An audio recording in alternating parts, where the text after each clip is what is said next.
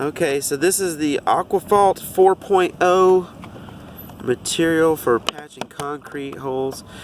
We wanted to shoot this video because there is no video on the internet of the 4.0 product, so we can see how finely grained this is, and it is pretty finely grained. It doesn't feel sticky with a glove on, but this is very small.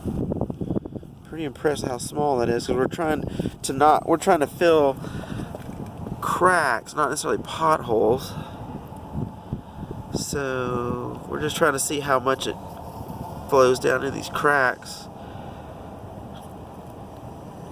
It's actually pretty darn good. Alright, cool. Goes in pretty easy. It activates with water. So we're going to stick some in here. We'll see how it goes.